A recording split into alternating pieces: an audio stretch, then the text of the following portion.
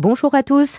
Emmanuel Macron a présenté ses vœux aux Français depuis l'Élysée hier soir. Le chef de l'État a détaillé les grands chantiers pour 2026, parmi lesquels protéger nos enfants et nos adolescents des réseaux sociaux et des écrans et aller au bout du travail législatif sur la fin de vie dans la dignité.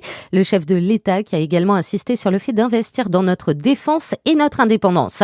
Volodymyr Zelensky s'est aussi adressé à sa population hier soir. Le président ukrainien qui a estimé que l'accord de paix pour mettre fin au conflit avec la Russie était prêt à 90%, mais il a ajouté que les 10% restants contenaient tout. Ce sont ces 10% qui détermineront le destin de la paix, le destin de l'Ukraine et de l'Europe, selon le chef d'État ukrainien qui réclame de solides garanties de sécurité pour Kiev.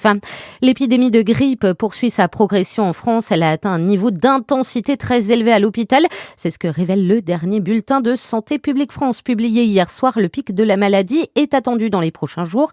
L'année dernière, 17 000 décès imputables directement et indirectement à la grippe ont été recensés en France.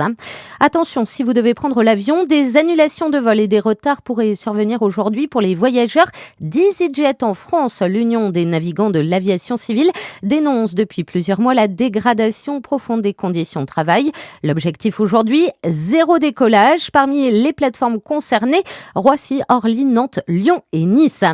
Le soulagement dans la Sarthe, la fillette de 11 ans portée disparue depuis lundi a été retrouvée saine et sauve. Hier, la gendarmerie avait lancé un appel à témoins pour tenter de retrouver l'enfant qui avait quitté son domicile de Sablé-sur-Sarthe en début de semaine.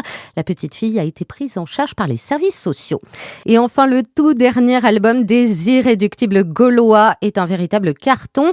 Astérix en Lusitanie s'est vendu à 1,65 million d'exemplaires depuis sa sortie le 23 octobre dernier. C'est le meilleur lancement pour la célèbre BD depuis 20 ans. Bonne journée et surtout très bonne année à notre écoute.